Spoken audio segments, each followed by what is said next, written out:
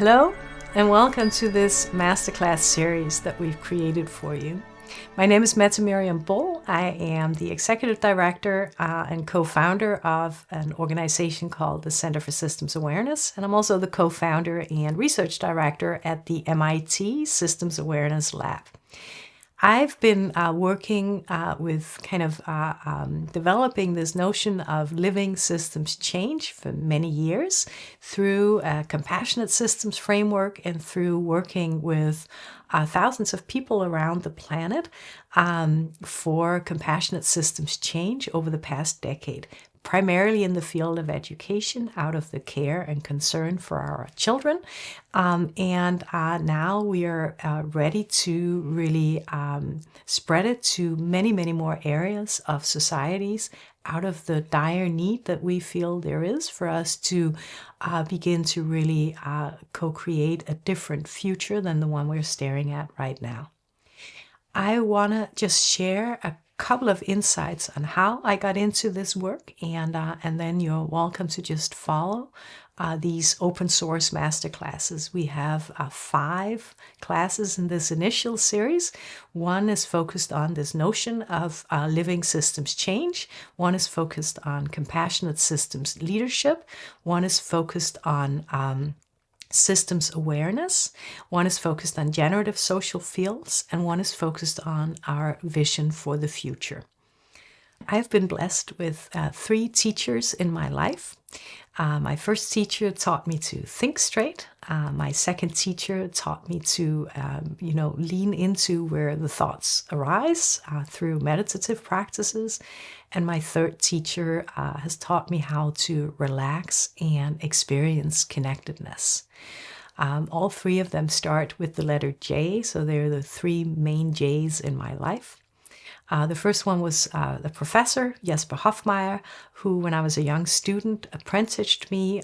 He was a renowned figure in the kind of obscure and theoretical branch of theoretical biology called biosemiotics, which meant that I could learn biology as I was a biology student at the University of Copenhagen in Denmark. I could learn biology, but through understanding interconnectedness and how living systems are always in relation with each other. And this whole exchange of sign interaction, which is at the heart of semiotics, is how I learned to study living systems. I'm extremely grateful for that.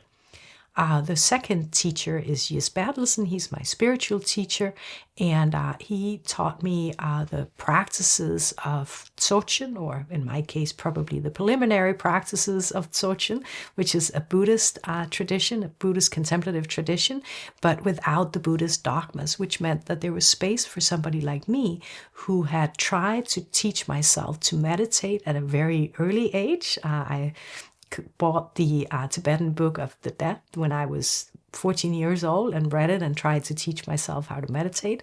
When I was not actually able to teach myself to do it, I started studying philosophy instead, and have always been very curious in the area of consciousness. So I'm extremely grateful that I later on in life found a teacher that could then help me to actually explore the experience of the practice and not just having, an intellectual engagement with this notion of consciousness and who we are as a human species and so on. My third teacher is John Milton. John Milton is a great combination of the 2 others. He's a professor of ecology and a spiritual teacher, and his whole life work has been helping humans reconnect to nature. And so in my teachings with him, even though I had all the kind of meditative training and practices, a person like me, where my nervous system is constantly in arousal and there's just a lot going on at all times, the meditations actually did not teach me profoundly to calm down, but the connection to nature did. And I've always had huge love and affection for nature, and so I relearned things with John that I knew from when I was a child. And I also had to unlearn a lot of the things that I was kind of trained in academia to engage with nature in a different way, so that I can feel a deep sense of connectedness and belonging and allowing myself to be held by Mother Earth in a way that actually taught me how to relax.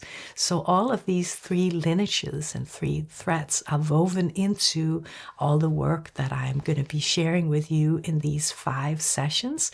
I'm a proud scientist in many ways. I like the rigor of science, but for me, without the backdrop of more of a kind of a opening into humanness and opening into the deeper spiritual aspect of what it means to be alive and truly trying to explore what life is all about. The scientific rigor doesn't make any sense if it's not overlaid with the deep mystery and the deeper senses of what it means to be here on this planet in our time. So, welcome to the series, and I hope you'll enjoy it.